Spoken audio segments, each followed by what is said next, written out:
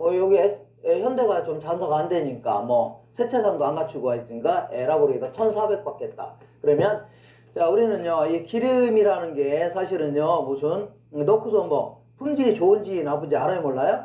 아니 기름 넣고서 뭐 무슨 뭐 손가락으로 뭐 먹어보고 이러지 않을 거 아닙니까? 그러니까 그냥 싸우면 막 들어가는 거 아닙니까? 싸우면 이제 구입할 거 아닙니까? 그러면 다른 데 장사 안 되니까 다 내릴 수밖에 없는 겁니다. 내리고 여기 내리고 여기 내리고 그러다 보니까 얘는 또 장사 안 되니까 또 1300원 내리겠다. 그럼 다 이쪽으로 몰릴 거 아닙니까? 그럼 얘도 같이 내려야 됩니다. 이런 식으로 하게 되면요 결국은요 출혈 경쟁이 될 수밖에 없어요. 그러니까 원가 이하의 경제까지 갈 수밖에 없다는 얘기죠. 그러다 보니까 얘네들은요 가만히 보면요 기름이 어느 정도 내려가다 보면요 더 이상 안 내려갑니다. 그러니까 암묵적이든 이렇게 이제 담합을 하게 되어 있습니다. 우리 통신요금 같은 경우에도 어느 정도 내려가다 하면 더 이상 안 내려갑니다. 얘네들은요 그렇게 공정거래위원회에서 어떠한 뭐 벌금 때린다 하더라도 오히려 이런 게 안 내리는 게 더 이익이 큰 거 아닙니까? 그래서 왜 이렇게 이제 담합하냐면 우리 기업들은요 대기업들은 얽히고 설켜 있는 겁니다. 그러니까 여기 있는 딸이 여기 가서는요 뭐 며느리 돼 있고 여기 그 아들이 국회의원이라면요 여기는요 뭐 사촌하고 뭐 연결돼 있고 막 엉키고 섞여 있다는 얘기죠. 그러니까 어느 정도 가서는요 더 이상 안 내려갑니다. 왜냐하면 내려갔다는 다 망하는 거 아닙니까? 그래서 보통 이제 주로 이제 비가격 경쟁인 광고 경쟁이죠. 이런 걸 많이 할 수밖에 없는 겁니다. 우리 이제 황금 시간대 TV 같은 데 보면 거의 대기업들 광고 많이 있을 겁니다. 이런 식으로 해서 저런 이제 가격 담합을 통해서 가격을 결정해서 큰 돈을 벌어간다는 얘기죠. 이런 형태가 일반적입니다. 그 다음에 독점적 경쟁 시장은요. 요거는 뭐 그야말로 어떤 완전 경쟁의 요건을 4가지 중에 3가지는 갖췄습니다. 그래서 3가지는 갖췄어요. 그러니까 어쨌거나 우리 어떤 시장이냐면 미장원 시장 같은 거 볼게요. 미장원 같은 경우는요. 어쨌거나 다수의 수요자와 다수의 공급자로 되어 있죠. 네, 그리고 그 기업의 진입과 퇴거도 자유로울 겁니다. 그러니까 미장원 하는데 아주 큰 돈 들어가는 건 아니죠. 그래서 어느 정도만 들어도 할 수 있는 거 아닙니까? 1000만원, 한 5천만원대에서 할 수 있는 거 아닙니까? 그리고 장사 안 되면 빠지기도 쉽죠. 그리고 뭐 미장원 시장이 어떤 정보가 필요한 건 아니죠. 머리만 잘하면 될 거 아닙니까? 그러니까 다른 거 다 갖췄는데 아까 동질의 상품이 아니라 상호 이질적인 상품, 그러니까 제품 차별화를 통해서 어느 정도 가격을 결정하는 이 형태가 바로 독점적 경쟁입니다. 그러니까 동종 상품이 아니라 이질적인 상품이 있죠. 이 부분이 뭐라고요? 이 부분이 뭐가 된다고요? 독점적인 요소가 있다는 얘기입니다. 제품 차별을 통해서. 자, 우리 보면 미장원 같은 데 보면 어느 미장원 가면 유독히 장사가 잘 되는 데가 있어 없어요? 있죠. 거기 가면요 아무래도 뭐 머리를 잘한다든가 뭐 서비스가 좋다는 거 할 거 아닙니까? 그래서 사람이 막 몰리는 거죠. 그러면 장사 잘 되는 거 있잖아. 어떤 음식점을 가더라도 유독히 점심때 막 몰리는 음식점 있어 없어요? 그런 데 가면요 뭐 그 반찬이 맛있다든가 아니면 뭐라고요? 뭐 밑반찬이 좋다는 거 아니면요 서비스가 좋다는 뭐가 있을 거 아닙니까? 이렇게. 자, 이렇게 해서 제품 차별화를 통해서 어느 정도 가격을 결정할 수 있는 겁니다.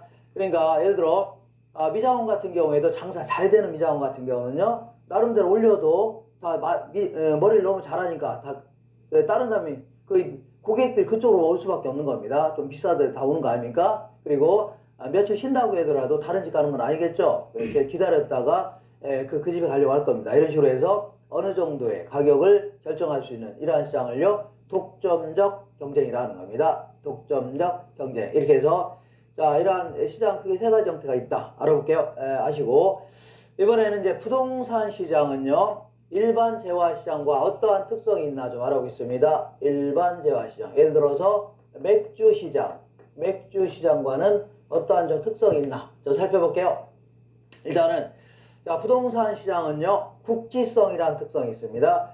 자 국지성이라는 것은요 이 부동산 활동의 범위가 꼼짝 못하는 바람에 지역적으로 좁아지게 합니다. 좁아지게 한다. 이런 걸요 국지성이 있다 이렇게 얘기합니다.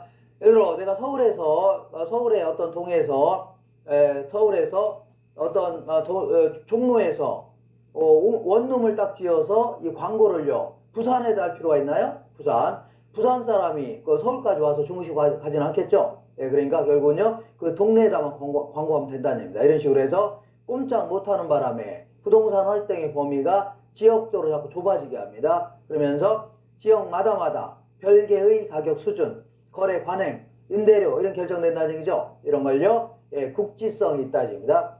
우리 국지적 호우하면요. 그 지역만 비가 많이 오는 거 아닙니까? 지역마다 다 다를 수 있다는 겁니다. 이걸요. 국지성이 따집니다. 그래서 이렇게 구분된 지역마다마다 별개의 가격, 별개의 거래 관행 이렇게 결정되는 시장을요. 하나하나의 부분시장 이렇게 표현합니다. 부분시장 혹은요. 하위시장 이렇게 얘기합니다. 그리고 또한 부분시장별로요.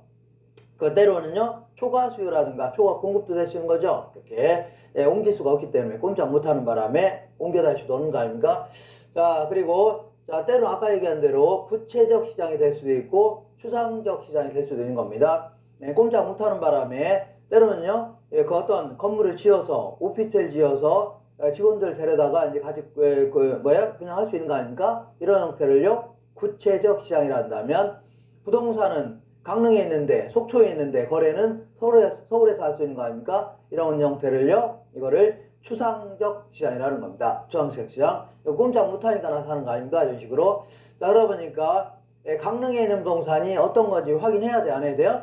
해야 될 거 아닙니까? 그래서 그 근처에 도로는 있는지 아니면 학교 같은 건 있는지 가격은 적정한지 이렇게 자꾸 정보 활동을 필요로 합니다. 때로는 추상적 시장이 되기 때문에 때로는요 특히 정보 활동을 특히 필요할 수밖에 없는 겁니다. 맥주 시장에 비해서. 자, 그리고 또한 어떤 정보는요 직접 가서 확인해야 되죠. 이걸요 임장 활동을 요구한다집니다. 현장에 임해서 하는 거, 현장에 임해서 하는 활동이 있죠. 이런 걸요 임장 활동이다. 어떤 정보는요 직접 가서 확인해야 되는 게 많이 있습니다. 등기부라든가 이런 데 안 나타나는 게 많다는 얘기죠. 두 번째는요 정보의 비공개성이라고 해서 자, 우리 그 거래 내용을 자꾸 공개하지 않으려고 하는 경향이 강합니다. 내가 맥주를 구입했는데 이거를 뭐 굳이 공개하지 않을 필요가 있나요? 다른 다 똑같이 거래하는 거 아닙니까? 거의 다. 자, 근데요, 이 그 부동산은요, 이 개별성이라는 특성이 있죠. 그러다 보니까 부동산마다마다 거래 내용이 다 다를 수가 있는 겁니다. 자, 그러다 보니까 때로는요, 탈세 목적이라든가 재산의 은닉 목적 이런 걸로 인해서 자꾸 거래 내용을 숨기려고 하는 경향도 굉장히 강합니다. 자, 그래서 이걸요 비공개성이라는 겁니다. 그래서 한때는요 우리 다운계약서 이런 거 작성하는 게 거의 관행처럼만 돼 있었는데 이거 왜 그래요?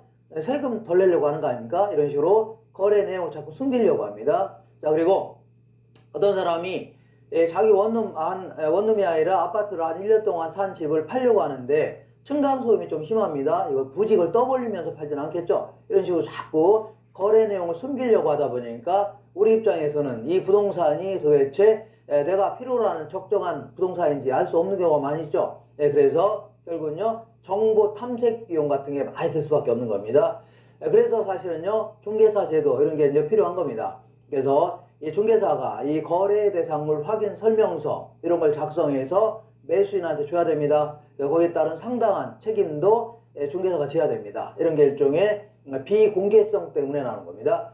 그 다음에 이제 비표준화성이라고 해서 우리 맥주 같은 경우는 똑같은 맥주를 가지고 똑같은 품질로 전국에 배포할 수 있는 거 아닙니까? 이런 걸요 표준화가 가능하다입니다. 규격화 가능하다는 얘기죠. 똑같은 규격으로 전국에 배포할 수 있는 거 아닙니까? 근데 이제 부동산은요 똑같은 게 있어 없어요? 없죠. 토지 같은 건 다 개별성, 위치부터 다 다른 거 아닙니까? 개별성 이런 것 때문에 똑같은 게 없죠. 그래서 보통 이제 맥주 같은 경우는요 보통 하나의 물건에는요 하나의 맥주에는 하나의 가격이 형성되는 게 일반적인데 이 토지 한 평은요 천차만별이죠. 다 위치도 다르고 다. 그러니까 일물 일가의 법칙이 적용되지 않는 겁니다. 하나의 물건에는 하나의 가격, 토지 한 평당 가격이 결정될 수 없는 거죠. 이런 걸요 일물 일가의 법칙이 적용이 안 된다 해줍니다. 그 다음에 이제 비조직성이라고 해서 우리 맥주 같은 경우는요 동일한 맥주를 똑같이 만들어서 똑같은 품질로 전국에 배포하는 거 아닙니까? 그러다 보니까 전국 어디 가서 똑같은 맥주를 구입할 수 있죠. 어디 가서나 제주도 끝에서나 이렇게 똑같은 맥주를 구입할 수 있죠. 근데 자 그러다 보니까 상당히 조직화된 시장을 만들 수가 있는 겁니다. 그러니까 맥주 회사에서 출발해서 총판 그리고 도매상 그리고 전국의 구석구석까지 소매상에까지요 조직화된 시장을 만들 수가 있는 거죠. 아무데나 살 수 있기 때문에. 근데요 우리 부동산은요 일단 동일한 게 있어 없어요? 일단 개별성 때문에 똑같은 게 없죠. 하나하나 보고서 거래해야 되는 겁니다. 하나는 아파트 다 다를 거 아니에요. 위치도 다르고 하나하나 보고서 거래해야 돼요. 그리고 만약에 안산에 있는 아파트라면, 안산에 있는 상가라면 안산까지 또 가야 될 거 아닙니까? 왜냐면 가져올 수 없잖아요. 견본은 보고 거래하는 게 아니죠. 그러다 보니까 개별성 그리고 부동성 이런 것 때문에요. 직접 매도자와 매수자가 직접 만나서 거래가 되는 이러한 시장이 될 수밖에 없죠. 이런 걸요. 직거래가 될 수밖에 없는 시장입니다. 직거래가 형성된다. 물론 그 사이에 중개사는요. 중개 활동만 하는 거지 거래 당사자는 아닐 거 아닙니까? 이렇게. 그 다음에 이번에는요. 수급 조절이 곤란하다 이렇게 표현합니다. 수요 공급 조절이 곤란하다 해서 땅 같은 게 부족하면요. 땅을 새로 만들 수 없는 거 아닙니까? 만들 수 없다. 그 얘기입니다. 자, 그리고 이걸요. 물리적 공급 불가능하다입니다. 그리고 설사 이 경제적 공급은 뭐예요? 용도 전환을 통한 공급이죠. 농지를 택지로 바꿔서 공급한다. 이런 것들도요. 시간이 꽤 걸릴 수밖에 없는 겁니다. 단기적으로는 바로 공급 늘릴 수 없는 거 아닙니까? 그리고 아파트 같은 경우도 이런 것들도 시간이 꽤 걸릴 수밖에 없는 거죠. 그러다 보니까요. 단기적으로는 거의 수요 때문에 가격이 결정됩니다. 단기적으로. 예컨대 수요와 공급이 만나는 점에서 균형 가격과 수량이 딱 결정되는데 피제로, 휴제로 이렇게 돼 있다고 치자. 그러면 단기적으로 수요가 증가하면요. 가격이 올라갈 수 있죠. 그러면 만약에 맥주 같은 거는 가격이 좋아지면 더 많이 만들고 싶을 겁니다. 그렇지만 토지를 갑자기 새로 더 만들 수 있는 건 아니죠. 농지를 택지로 바꿔서 공부하는 것도 쉽지는 않죠. 시간이 꽤 걸릴 수밖에 없어요. 그러다 보니까 단기적으로는요. 수요가 증가하면 가격만 폭등합니다. 수요가 감소하면요. 가격만 폭락하는 이런 현상이 나타나는 거죠. 이런 걸요. 수급 조절이 곤란하다. 그러다 보니까요. 단기에는요. 가격 왜곡 현상이 발생합니다. 실질적으로요. 수요 때문에 가격이 결정되는 가격 왜곡 현상이 발생된다. 이렇게 표현합니다. 자, 그렇지만 참고로 지역 간의 소급 불균형 어떤 지역은 남아돌고 우리 맥주 같은 경우는 이 지역은 맥주가 남아돌고 여기는 모자란다는 얘기죠. 그러면 남아동으로 갖다 여기다 팔 수 있는 거 아닙니까? 근데 아파트가 여기는 모자라고 남아돈다고 해서 갖다 팔 수 없죠. 이거는요. 뭐 때문에 하고요? 부동성 때문입니다. 부동성 때문에 지역 간의 소급 불균형이 생기는 겁니다. 지역 간에는 수급 불균형이 생긴다. 이렇게. 이번에는 단기 매매가 곤란하다 이렇게 얘기합니다. 고가성이라든가 개별성 이런 것 때문에 단기적으로 매매가 곤란한 경우가 많죠. 예를 들어 아파트 같은 경우는 그래도 자주 팔리니까 금방 팔릴 수도 있을 겁니다. 그렇지만 상가라든가 공장이라든가 토지 같은 경우는요. 1년이 되도록 2년이 되도록 안 팔릴 수 있는 거죠. 그러다 보니까 돈이 급한 사람들은요. 환금성의 곤란으로 이어질 수밖에 없는 겁니다. 자, 부동산은 많은데 현찰이 없다는 얘기죠. 이런 식으로 급하게 돈을 많이 하기가 힘들 수가 있다는 얘기입니다. 이런 걸요. 단기 매매가 곤란하다는 얘기입니다. 왜냐하면 고가성 때문에 이 부동산을 내놨을 때 이거를 살 수 있는 사람이 제한될 수밖에 없죠. 자금력이 있는 사람에 한해서 사는 거 아닙니까? 그리고 자, 이 고가성 때문에 그래서 아파트를 하더라도 현실적으로 아무거나 막 사는 건 아니죠. 자기 돈을 다 투입해야 되고 때로는요. 은행에서 빌려 투자에 투입해야 되는데 함부로 막 사는 건 아닐 겁니다. 그리고 만약에 아파트가 다 똑같다면요. 아무거나 사도 상관없죠. 근데 아파트라는 게 다 동일한 게 아니죠. 그러니까 학교에서 가까운 놈도 있고 도로에서 가까운 놈도 있고 더럽게 쓴 놈도 있고 아니면요. 깨끗한 것도 있고 베란다 튼 것도 있고 1층짜리 있고 20층짜리 다 다른 거 아닙니까? 그러니까 마음에 드는 거 고르려다 보니까 시간이 꽤 걸릴 수밖에 없는 겁니다. 그러다 보니까 자, 어떤 경우는요. 환금성의 곤란. 그러니까 현금으로 바꾸는 거 있죠. 현금 바꾸는 게 매우 곤란할 수가 있다는 겁니다. 매우 곤란할 수 있다. 그 다음에 과다한 법적 제한 이런 게 상당히 많을 수밖에 없는 겁니다. 부동산 활동은요. 내가 한 활동이 남한테 때로 막 피해를 줄 수도 있는 겁니다. 그런데 주택 한복판에 내가 뭐 공장 같은 거 짓게 되면 남한테 피해를 줄 수 있는 거 아닙니까? 그리고 어떤 경우는요. 잘 자란 건물들이 있는데 내 땅이라고 여기다가 50층짜리 건물 짓게 되면 여기 있는 사람이 해를 못 보는 거 아닙니까? 이런 식으로. 그러니까 여러 가지 제한이 여러 가지 남한테 피해를 줄 수 있다는 얘기죠. 그러다 보니까 공적인 사적인 제한 같은 게 많을 수밖에 없는 겁니다. 그래서 우리 부동산 공법 공부하죠. 이건 거의 상당 부분이 처음부터 끝까지 개인의 사유재산인 어떤 토지에 대해서 이용활동을 규제하고자 한다. 이런 법률이 거의 대부분입니다. 이런 식으로. 자, 그러니까 여러 가지 공적, 사적 제한이 많기 때문에 결국은요 시장 자체가 불안전하게 됩니다. 그러면서 시장 자율 조정 기능을 저하시킨다 표현합니다. 시장 자율 조정 기능이 뭐예요? 수요와 공급이 만나는 점에서 균형 가격과 수량이 딱 결정되는데 P0 이거는요 Q0인데 만약에 시장에서 균형 가격이 이렇게 밑으로 내려와 있다고 치자. 밑으로 이렇게 이 정도에 있다고 치자. P1으로. 그러면 이때는요 요만한 가게에서 팔려는 양 이만큼 아닙니까? 사려는 양 이렇게 많죠? 그러면 자 물건이 부족한 거 아닙니까? 그럼 가격이 올라가기 시작합니다. 그러면서 가격이 올라가니까 공급의 법칙에 따라 공급량을 늘리고 싶겠죠? 그 다음에 수요의 법칙에 따라 자꾸 올라가니까 못 사겠다고 줄어드는 거 아닙니까? 그래서 여기에 이르는 겁니다. 남아 돌 때는요 다시 내려오는 거 아닙니까? 이걸요 시장 자율 조정 기능 해줍니다. 시장 자율. 그래서 항상 자원이 이게 효율적으로 배분되는 거 아닙니까? 이렇게 자율 조정이 된다면. 근데 문제는요 가격이 올라가서 생산량 늘리려고 했더니 정부에서 아파트 못 만들게 할 수 있죠. 못 팔게 하거나 이러면요 결국은요 모자란 상태 아니면요 남아돈 상태가 지속될 수 있다는 얘기죠. 이런 걸요 시장 자율 조정 기능을 저하시킨다 이렇게 표현합니다. 그 다음에 이 부동산은요 고가품이기 때문에 자금 조달의 유용성, 다시 말하면요 자금을 조달하는 게 만족스럽냐 그렇지 않냐에 따라서 시장에 엄청난 영향을 미칠 수가 있다는 얘기죠. 크게 영향을 미친다는 얘기입니다. 대출 같은 거 많이 해주게 되면요 시장은 또 활성화가 될 수 있고 그렇지 않으면요 뭐 침체가 될 수 있다는 얘기죠. 이런 것들이 다 자금 조달과 크게 관련돼 있다 이렇게 됩니다. 이렇게 해서 이 정도 하시고 자 지금까지가 뭐냐면은 부동산 활동의 어떤 특성이 될 수 있는 겁니다. 이번에는 부동산 시장은요 어떠한 기능을 하고 있나 역할을 하고 있나 좀 알아볼게요. 어떤 역할을 하냐면 이 부동산 자원을 배분하는 기능을 하고 있습니다. 부동산 자원을 배분한다. 그 얘기는요 수요자와 공급자 간에 어떤 갖고 있는 자원을 배분하기도 하고 부동산 공간도 자연스럽게 이제 배분하게 됩니다. 공간도 배분한다. 이렇게 한번 알아볼게요. 뭐냐면 이런 얘기입니다. 자 이렇게 볼게요. 여기 자 여기가 뭐가 있냐면 여기도요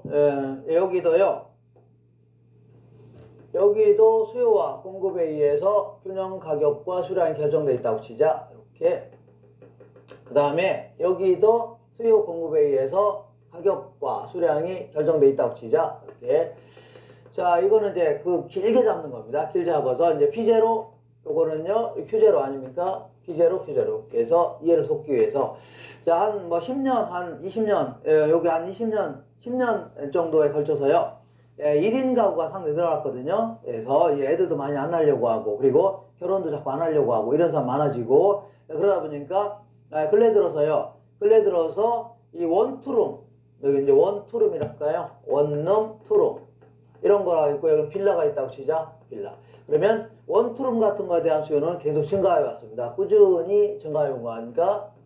자 그랬는데 빌라 같은 경우는요 아무래도 꾸준히 수요 감소해왔다는 얘기죠. 그러면 자 원투룸 같은 경우는요 균형량 이렇게 드는 거죠. 거래량이 늘어나고 자 반대로 빌라 같은 경우는요 요점에서 거래가 되는 거니까 거래량이 줄어들었을 거 아닙니까? 그런 식으로 해서 결국은요 빌라에서 소비자들이 갖고 있는 돈이 있죠. 소비자가 갖고 있는 돈이 빌라에서 빠져나와서 어디로요? 원투룸 쪽으로 투입되는 겁니다. 이런 식으로. 그 다음에 기업들이 갖고 있는 거 있죠. 기업들이 갖고 있는 자원도요. 빌라에서 빠져나와서요. 이 원투룸 쪽으로 막 배분되는 거 아닙니까? 그래서 수요자와 공급자의 자원이 자연스럽게 배분해 줍니다. 소비자 욕구에 맞춰서. 그리고 이 공간 구조 자체도 예전에는요. 빌라 구조에서 지금은요. 원투룸 구조로 막 바뀌어 나간다는 얘기죠. 이런 것들이 자원을 자연스럽게 배분해 주는 겁니다. 그 다음에 때때로는요. 가격을 창조하는 기능도 하고 있습니다. 우리 맥주를 거래할 때는요. 저번에 거래할 때는 2,000원인데 요번에 거래할 때는요. 1,500원이고 이러지 않겠죠. 그래서 거래할 때마다 거의 비쌀 겁니다. 근데 토지는요. 한 1,000평이 있다면 요게 저번에 거래할 때는 10억이었는데 이번에 거래할 때는요. 9억에 거래할 수 있는 거 아닙니까? 그리고 또한 또 거래할 때는요. 12억에 거래할 수 있죠. 이런 식으로 거래할 때마다 새로운 가격이 창조되고 또 파괴됐다가 또 다른 가격이 창조되고 이러한 역할을 하고 있다는 얘기죠. 이런 걸요. 가격을 창조한다 얘기입니다. 가격을 창조하는 기능을 하고 있다는 얘기죠. 예컨대 뭐 이렇게 해볼게요. 뭐가 있냐면 이렇게 어떤 이제 부동산이 딱 있는데 이렇게 나와 있습니다. 자, 요 부동산을 팔려고 하는 자를요 뭐라고 할까요? 매도자 해줄게요. 매도자. 이걸 구입하려는 자를요 매수자 이렇게 해줄게요. 매수자. 자, 그러면 이렇게 해보겠습니다. 요거는 시간이 감에 따라서 이런 가격입니다. 가격. 그럼 매도자 입장에서는요 처음부터 싸게 팔려고 하진 않겠죠. 그러니까 처음부터 비싸게 이제 부르려고 하는데 이렇게